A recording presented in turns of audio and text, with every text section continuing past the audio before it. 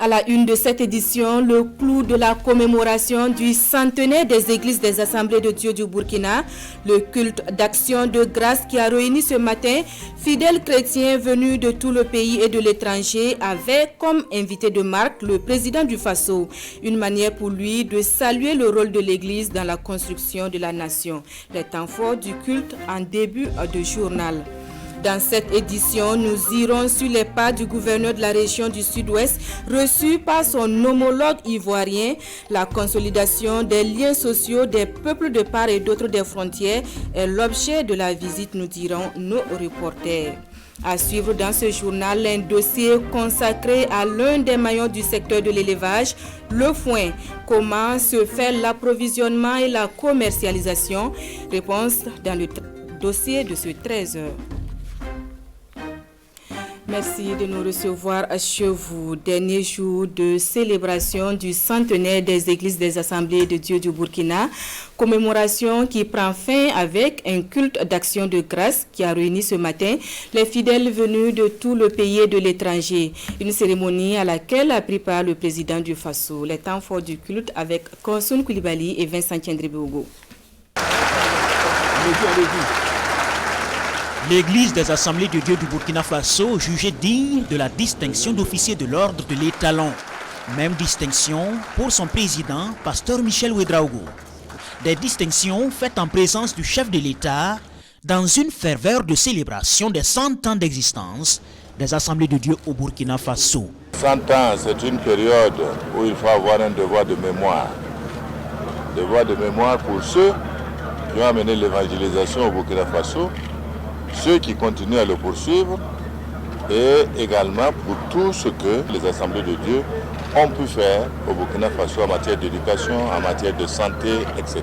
Il était tout à fait normal qu'à l'occasion d'une telle célébration, je puisse être, puisque j'y ai été invité, présent pour marquer ma solidarité et ensemble prier le Dieu Tout-Puissant pour qu'il leur donne la force, le courage et l'engagement de pouvoir poursuivre l'évangélisation des Burkinabés, de pouvoir poursuivre les prières pour la paix dans notre pays et de pouvoir poursuivre toutes les actions humanitaires qu'ils mènent dans notre pays. À l'occasion de son centenaire, l'Église appelle à un retour aux fondamentaux comme l'intégrité et le vivre ensemble sur lesquels doit reposer la nation burkinabé. Des représentants d'autres communautés religieuses se sont joints aux festivités. Au nom de notre Église Famille de Dieu au Burkina Faso, surtout à Ouagadougou, j'adresse donc nos félicitations à nos frères de l'Église des Assemblées de Dieu, des souhaits qui nous tiennent à cœur, que l'Église des Assemblées de Dieu puisse poursuivre sa mission évangélisatrice, comment prêcher la bonne nouvelle, comment donner Jésus à tous ceux qui ne le connaissent pas encore. Un rêve, une vision est devenu une réalité. 100 ans de rêve, 100 ans de souffrance. Aujourd'hui, c'est comme quelqu'un qui plante un arbre et aujourd'hui se réjouit de ses fruits. C'est une réalité. L'Église est bénie. Ça se voit, c'est visible, c'est palpable. Je suis reconnaissant et je suis très heureux. L'Église des Assemblées de Dieu du Burkina Faso est officiellement née le 1er janvier 1921, œuvre de missionnaires américains qui ont débarqué à Ouagadougou. Du quartier Gonguin, l'église s'est progressivement répandue sur tout le territoire national. Une histoire contée au président du Faso à travers une exposition photographique où l'on retrouve le tout premier Burkinabé à se convertir aux Assemblées de Dieu. À Dédougou, dans la boucle du Mouhoun, l'on apprend que l'édition 2021 des Journées nationales de la jeunesse catholique est reportée. Un report pour endiguer une propagation de la maladie à coronavirus, nous confie Nabadabire, Edouard Ouedraogo et Dramanso. Les Journées nationales de la jeunesse catholique sont reportées. Les évêques du Burkina Faso, en accord avec la jeunesse catholique, veulent éviter la propagation du virus du Covid-19 à ce grand rassemblement.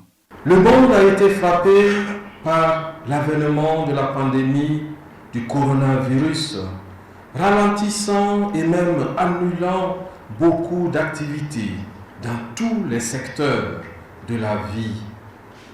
Pour lutter contre cette pandémie au Burkina Faso, Plusieurs initiatives et décisions ont été prises par le gouvernement et aussi par l'Église catholique. On peut se référer, par exemple, aux directives données en mars et en mai 2020 par la conférence épiscopale Burkina-Niger. Les journées nationales de la jeunesse catholique sont des moments de formation intellectuelle et spirituelle. Au regard de son caractère formateur, les évêques laissent néanmoins l'organisation de mini-JNJ à l'appréciation de chaque diocèse. Les évêques donnent la possibilité aux jeunes de célébrer des mini-JNJ dans les diocèses. Et cela, bien sûr, en accord avec l'évêque du lieu qui en appréciera l'opportunité au regard du contexte sécuritaire et sanitaire. Pour ceux qui sont déjà inscrits, les conférenciers rassurent. Leurs frais d'inscription les seront reversés ou tout simplement relocalisés dans leur diocèse s'ils veulent participer au mini-JNJ. Cap sur Bobo Dioulasso, où des leaders d'associations de jeunesse étaient à l'école de la gouvernance associative, du plaidoyer à la mobilisation financière. Une formation à l'initiative du Conseil national de jeunesse en collaboration avec le projet La Voix des jeunes du Sahel. On a ces davantage avec Lamine Karantaou et Karim Sissé. Le Conseil national de la jeunesse a pour ambition de porter sans complaisance les préoccupations des jeunes du Burkina. Et pour atteindre ces objectifs, le renforcement des capacités des leaders régionaux, provinciaux et communaux s'avère nécessaire. Des leaders qui sont appelés à organiser les membres de leurs différentes structures. Renforcer les capacités de nos leaders afin qu'ils puissent être des véritables responsables des jeunes au niveau local et que le Conseil puisse être un instrument très fort pour le développement de notre pays. Cette formation a été voulue par les jeunes eux-mêmes. Et la Voix des jeunes du Sahel s'est engagée aux côtés du Conseil national de la jeunesse afin de les accompagner dans la formation. Une formation qui se fera de façon modulaire. Le premier module qui va concerner la gouvernance associative va donc permettre aux jeunes de mieux s'approprier des clés pour pouvoir donc gérer les différentes associations et les faire fonctionner. Le deuxième module qui concerne la mobilisation des ressources financières va permettre aux jeunes de pouvoir acquérir, comme on le dit, le nerf de la guerre pour pouvoir mettre en œuvre leur plan d'activité. Et le troisième module qui est le plaidoyer. Pour le ministre de la Jeunesse, de la promotion de l'entrepreneuriat et de l'emploi, de telles initiatives sont à multiplier et à encourager. Elles prouvent que la jeunesse burkinabé se responsabilise de plus en plus. Lorsque les responsables sont formés, lorsqu'ils savent ce qu'ils font, ils peuvent bel et bien donc être des vrais leaders. Mais lorsqu'ils sont mal formés, la plupart du temps, ils envoient plutôt leurs camarades dans les fossés. Parce qu'il ne s'agit pas donc, quand on dit donc que les jeunes doivent s'organiser, il ne s'agit pas donc de s'organiser pour aller contre les autorités ou pour aller contre l'ordre établi. Non, c'est de s'organiser pour voir comment se promouvoir, se projeter dans l'avenir. Une centaine de jeunes leaders venus des régions de la boucle du Mouhoun, des Cascades, du sud-ouest et des hauts-bassins prennent part à la présente formation. Allons à présent sur les pas du gouverneur de la région du Sud-Ouest reçu par le préfet de la région du Bunkani en République de Côte d'Ivoire. Une visite pour consolider les liens séculaires entretenus par les peuples des deux territoires voisins et trouver les solutions rencontrées de part et d'autre des frontières. Oumarou Sagnon et Christophe Da. D'un côté, le gouverneur du Sud-Ouest du Burkina, Emmanuel Zongo, accompagné de chefs de circonscriptions administratives, et de l'autre, le préfet de la région ivoirienne du Bunkani, Man Joseph, et le corps préfectoral. Premier contact entre les deux autorités frontalières, elles entendent améliorer leurs relations administratives et poser les bases d'une cohabitation pacifique entre leurs communautés. Burkina, comme tout le monde le sait, au début ne c'est un seul pays. C'est par la volonté du colonisateur que c'est devenu deux pays. Les populations riveraines, de part et d'autre, sont des populations qui ont des relations traditionnelles, des mariages, des amitiés entre ces populations.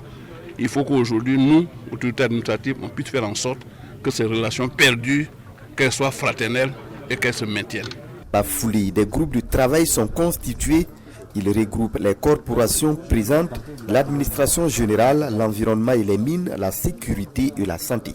Un certain nombre de recommandations ont été prises en compte pour pouvoir donc améliorer donc la santé de nos populations aux frontières. C'est le cas par exemple de la cartographie des structures sanitaires au niveau des frontières pour savoir quels sont donc les villages qui n'en ont pas et qu'est-ce qu'il faut pour pouvoir mieux prendre en compte. C'est également aussi la collaboration franche entre les différentes autorités sanitaires pour une meilleure surveillance et en matière donc de prévention des différentes maladies. Et je pense qu'il y a eu l'analyse de l'insécurité au niveau des frontières qui a été également faite. La construction des services sociaux de base et la libre circulation des personnes et des biens ont également été abordés. Et pour Emmanuel Zongo, il est important de s'accorder sur des procédures en dehors de celles diplomatiques pour résoudre certains problèmes pressants dans le plus grand intérêt des deux peuples. Un invité dans ce journal et nous recevons pour vous le directeur général de Safin, la société d'accompagnement et de financement de l'entreprise. Monsieur Traoré, bonjour. Bonjour madame. Bienvenue. Merci. Alors nous l'annoncions dans nos éditions de la semaine passée, la naissance d'une nouvelle structure de financement portée par la Chambre de commerce. Alors monsieur le directeur général, d'où est venue l'idée pour la Chambre de commerce de créer une structure de financement quand on sait que des structures du genre existent déjà dans le pays? Merci bien. L'idée est venue tout simplement du fait que la Chambre de commerce étant donc le porte-parole du secteur privé, dans le cadre de ses missions, la Chambre de commerce consulte régulièrement les différentes composantes du secteur privé. Et il s'est trouvé que les acteurs, notamment du secteur informel, ont posé des préoccupations et ces préoccupations portaient sur leur accès au financement. Et c'est à partir donc de ces préoccupations qui ont été posées donc depuis 2012 que donc le projet est né et acheminé et a connu finalement un dénouement en 2019 avec l'obtention de l'agrément. Alors, Safin se dit avoir pour mission de contribuer à la croissance et à la formalisation progressive des micro, moyennes et petites entreprises. Quels sont les services que Safin propose à sa population cible? Alors, Safin propose des services donc financiers, notamment avec l'épargne, des services donc d'épargne. Nous avons 3 types donc de comptes que nous proposons, des dépôts à vue, des dépôts sur livret, des DAT. Nous avons également les produits donc de crédit qui vont des produits d'exploitation, des crédits d'exploitation au crédit donc d'investissement. Et nous avons également les engagements par signature. Au-delà donc des produits financiers, nous avons des produits non financiers, notamment l'accompagnement, le suivi, la formalisation et l'aide également pour disons donc l'obtention des documents nécessaires pour notamment les acteurs du secteur informel pour leur permettre donc de bénéficier des opportunités offertes par donc la réglementation. Qu'est-ce qui fait la particularité même de Safin par rapport aux autres structures de financement déjà sur le marché? Alors la particularité réside essentiellement en l'accompagnement pour la formalisation parce que au-delà donc des aspects financiers, nous utilisons en fait Safin comme ces services comme un produit d'appel à l'égard donc notamment des acteurs du secteur informel. Mais je dois préciser que Safin ne s'adresse pas que aux acteurs du secteur informel. Safin s'adresse aussi bien aux acteurs du secteur formel que les acteurs du secteur informel, en particulier les micros et petites entreprises et dans une certaine mesure les moyennes entreprises. Alors il faut être dans cette fourchette pour bénéficier des services de Safin ou vraiment il y a des conditions particulières pour répondre aux critères de Safin? Il n'y a pas donc de conditions particulières, il suffit d'être dans cette fourchette et vous pouvez bénéficier donc des services de Safin. Je rappelle que les financements que nous proposons vous pouvez donc obtenir des financements allant même des plus petits montants. Quand je parle de petits montants, je peux prendre par exemple un montant de 25 000 jusqu'à 25 millions. Pour l'instant, nous sommes au démarrage et peut-être qu'avec l'évolution et le temps, les besoins donc de notre public cible, peut-être que nous allons revoir ces différents seuils. Mais le plus souvent, le problème qui se pose, c'est les taux d'intérêt. Est-ce que Safin fait la différence avec d'autres structures qui existent déjà ou c'est vraiment dans la même ligne? Alors, disons que Safin va faire des efforts en ce qui concerne la question des taux, mais je rappelle que nous sommes dans un secteur réglementé et donc nous devons absolument suivre certaines règles en matière donc, de finances. Et le problème qui se pose aussi, c'est le coût donc, de l'accès aux ressources, parce que Safin est également appelé à se refinancer. C'est vrai que nous avons un capital de départ de 2 milliards, mais vous savez qu'en matière de crédit, 2 milliards ne représentent pas grand-chose. Donc nous sommes appelés à nous refinancer. Je peux vous assurer que nous allons faire des efforts en ce qui concerne le taux d'intérêt et également nous ferons donc des efforts pour adapter continuellement notre offre aux besoins de la clientèle. Alors vous venez d'ouvrir, où est-ce qu'on peut déjà avoir accès aux produits de Safin? Est-ce à Ouagadougou seulement ou déjà vous avez des agences dans d'autres régions du Burkina? Alors pour l'instant nous sommes uniquement représentés à Ouaga, mais je puis vous assurer que par le biais des nouvelles technologies, je pense que à travers notamment les conventions que nous sommes en train de négocier avec les opérateurs de téléphonie mobile, nous devrions pouvoir être sur tout le territoire national. C'est-à-dire qu'un client de Safin devrait pouvoir opérer à partir de son téléphone et cela nous permettra d'être présents sur tout le territoire national. Mais d'ores et déjà, d'ici la fin de l'année, nous devrions être présents à Bogo et nous allons certainement ouvrir une seconde agence à Ouaga également avant la fin de cette année. Monsieur le directeur général, merci pour toutes ces informations. Un dernier mot si vous en avez, sinon. Oui, merci de l'opportunité que vous nous donnez donc de dire un dernier mot. Je voudrais inviter donc notre public cible à passer donc au niveau donc de l'agence Safin, de l'agence principale de Safin SA. Je vous rappelle qui est située donc avenue de l'Umoa. L'avenue de l'Umoa, c'est l'avenue qui est perpendiculaire en fait à Kwame Nkrumah, l'avenue Kwame Nkrumah, côté est. Et ils vont retrouver donc les bureaux de Safin. Nous les invitons donc à venir profiter donc des services que Safin va offrir et de profiter également de cette opportunité qui est une nouvelle offre pour leur permettre donc de pouvoir accroître donc leur chiffre d'affaires, leur valeur ajoutée. Merci à vous d'avoir répondu à notre invitation. Vous restez avec nous pour la suite de cette édition. Et dans la suite, nous nous intéressons à l'un des maillons du secteur de l'élevage. Il s'agit du foin. Comment se fait l'approvisionnement et la commercialisation? Lomba Kouda, Césaire Carrefour et Sébastien Zongo sont allés à la rencontre des acteurs. Depuis près de 17 années, Dame Tapsouba fait partie des femmes qui font de la fauche d'herbe sèche leur activité principale. Tous les matins, elle parcourt une trentaine de kilomètres depuis sa localité de Dundoulma dans la périphérie de Ouagadougou pour joindre le marché de bétail à Kilouin. Nous allons couper l'herbe à environ 35 km de chez nous et il nous arrive de rencontrer des serpents. C'est Dieu qui nous protège. Ces femmes vendent leur chargement de foin à des revendeurs, aux éleveurs du marché et à des particuliers. Ça ne s'achète pas à bon prix, ça s'achète à 1500 ou 2000 francs maximum. Avec cet argent, on achète des vivres pour aller nourrir nos familles.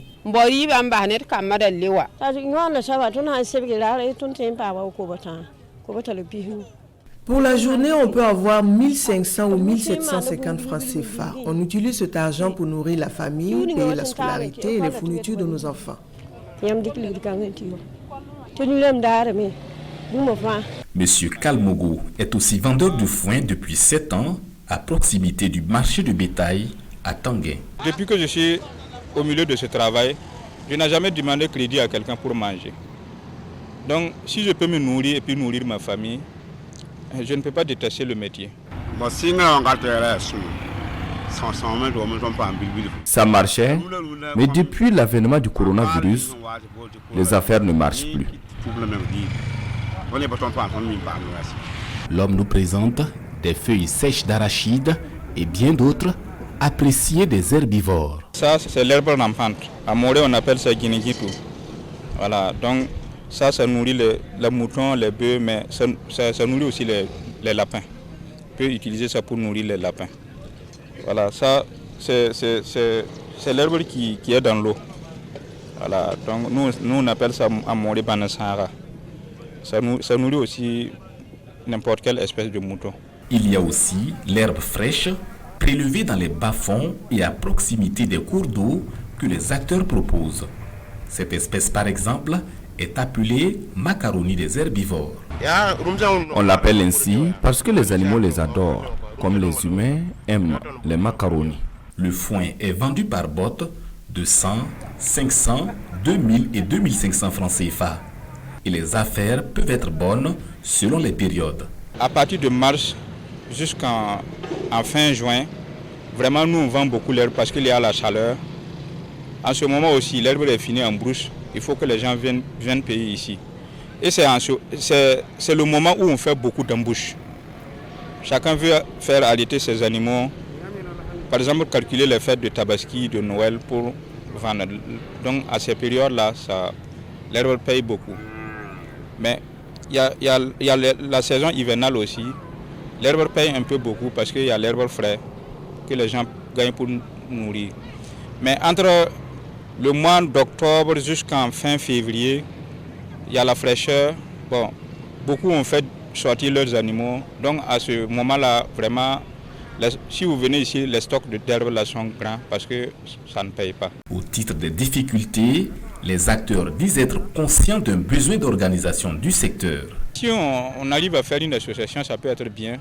Parce qu'on a déjà suivi des interrogations avec les gens de santé animale qui disent qu'eux, ils organisent souvent des foires. Si on a une association qui est reconnue au sein de leur service, par exemple, leur foire, ils peuvent venir nous commander des herbes pour aller faire le foire. Bon, et puis nous aussi, on gagne, eux aussi, ils vont gagner. Voilà, donc l'association est bien, mais on est sur le chemin pour former cette association. Ces vendeurs d'aliments pour bétail et autres herbivores pointent aussi du doigt le manque de reconnaissance d'un secteur qu'ils jugent marginalisé et l'absence de lieux dédiés à leur activité. Halte à présent sur ces chiffres, 1500 cas d'accidents de travail sont enregistrés dans la fonction publique burkinabé en 2018, des chiffres qui interpellent le département en charge de la question. En collaboration avec la Carrefour, une campagne de sensibilisation est entreprise sur les risques d'accidents de travail. L'étape de Batier avec Issa Kazabré et Sué Jidikael Akouda. La première richesse de l'administration publique, c'est son personnel. Conscient de cela, la Caisse autonome de retraite des fonctionnaires, la Carrefour, s'investit dans la prévention à travers la Direction générale de la protection sociale. La visite des lieux de travail, ça va consister à une équipe pluridisciplinaire, une équipe de la Carrefour, du ministère en charge de la protection sociale à travers sa direction générale de la protection sociale et d'autres techniciens, de faire le tour des administrations publiques pour essayer de voir les conditions de travail des agents publics de l'État. Il y a donc la volonté affichée donc, du gouvernement de pouvoir protéger et surtout développer le capital humain. Parce que dans tous les cas, il n'y a de richesse que d'hommes. Si on a des travailleurs qui sont exposés à beaucoup de risques, qui sont malades, finalement, on perd économiquement, on perd des hommes et finalement, ce n'est pas bien. Les visites des lieux de travail et la sensibilisation sur les risques professionnels couvrent toutes les 45 provinces du Burkina. Tout ce qui entre en ligne de compte dans le travail des fonctionnaires sera passé à la loupe. Ce sont des examens, des examens physiques, des examens cliniques qui sont demandés et qui permettent très souvent donc aux agents publics de connaître leur état de santé. Parce que vous savez, très souvent, nous sommes sur pied, comme on le dit, mais en réalité, nous sommes parfois de grands malades qui s'ignorent. Et ce sont donc des occasions lors de ces visites médicales-là, donc de découvrir certaines pathologies pour certains d'entre nous et de permettre justement leur prise en charge de façon précoce. Nos attentes, c'est que vraiment tous les agents publics de l'État, c'est-à-dire les fonctionnaires, les magistrats, les militaires, les agents des collectivités territoriales, vraiment que tous ces acteurs-là puissent vraiment sortir massivement et prendre part à nos travaux, ouvrir leurs portes à nos équipes, écouter le message qui sera porté. 1480 cas d'accidents de travail ont été déclarés en 2018. Ce sont des chiffres qui montrent que les risques dans la fonction publique peuvent impacter négativement le fonctionnement de l'État et le développement du capital humain. L'expérience burkinabé en matière de promotion des droits humains consignée dans une œuvre coécrite par l'ancienne ministre Julie Nigna et Rose Ouedraogo. Le contrôle international des droits humains, l'expérience du Burkina Faso est le titre de cette œuvre présentée ce vendredi à Ouagadougou. Bena Kombelem et bienvenue Taonsa. Le contrôle international des droits humains, l'expérience du Burkina Faso. Ce livre contient un ensemble d'informations sur les mécanismes de droit exercés au Burkina Faso et leur implication.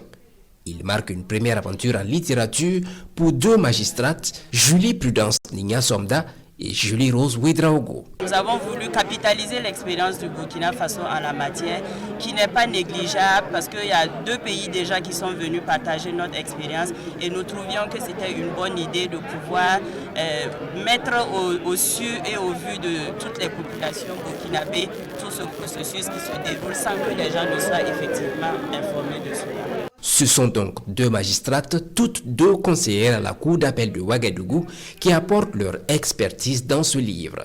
Sur la base d'un constat, elles proposent des pistes pour corriger des insuffisances liées au droit et à la justice au Burkina Faso.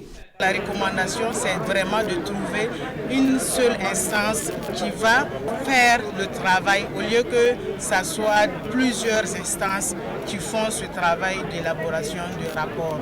Et nous avons également fait la recommandation de pouvoir traduire concrètement les engagements pris dans la réalité. Le contrôle international des droits humains, l'expérience du Burkina Faso est une œuvre de 149 pages. Elle aborde plusieurs thèmes, dont l'accès aux services sociaux de base, tels que la santé, l'eau et l'éducation. Allons au lycée technique national Sangoulé-Lamizana où des élèves des lycées et collèges s'essaient depuis hier au 7e art. Et c'est à la faveur de l'édition 4 de Clap en herbe, une initiative qui veut susciter des vocations et déceler des talents pour le cinéma burkinabé. Le clap de départ a été donné en présence de Nongba Kouda et bienvenue Taonsa. Silence, annonce. Le roi de décembre, 2 sur 1 première. Ils ont pour ambition de faire carrière plus tard dans le cinéma. Voici un cadre d'expression à eux offert. Aujourd'hui, nous assistons au tournage d'un court-métrage qui évoque les grèves dans les établissements scolaires. Non, quand même. Ça ne veut pas que décembre, là, c'est le mois de la liberté d'expression. Le mois pour nous les élèves. Et surtout le mois de grève. Ces élèves, issus d'une dizaine de lycées et collèges de Ouagadougou, se familiarisent avec le 7e art à la faveur de la 4e édition de l'initiative Clap en herbe. Ça me permet de voir que c'est pas tout ce qu'on regarde à la télé, il y a un gros travail derrière au fait. Donc c'est ce travail maintenant qu'on est en train d'exercer actuellement. Et en tout cas, ça se passe très bien. Il y a du pain sur la planche. De ce lot d'initiés devront sortir de futurs grands acteurs, réalisateurs, monteurs, ingénieurs de son, scénaristes et la liste n'est pas exhaustive. Il y a 12 établissements qui vont tourner, 12 courts-métrages de 13 minutes sur les différents thèmes, des films éducatifs qui sensibilisent les élèves et puis les parents. La ministre de la Culture, des Arts et du Tourisme est très déterminé à donner à notre cinéma sa place, son rôle de leadership sur l'échiquier continental. C'est pour cela Elle nous a instruit de suivre particulièrement ces jeunes-là. Nous lui rendrons compte de ce que nous avons vu. Après cette phase d'instruction, viendra celle des compétitions. Elles se feront dans le cadre de la journée du cinéma amateur de Ouagadougou durant 4 jours.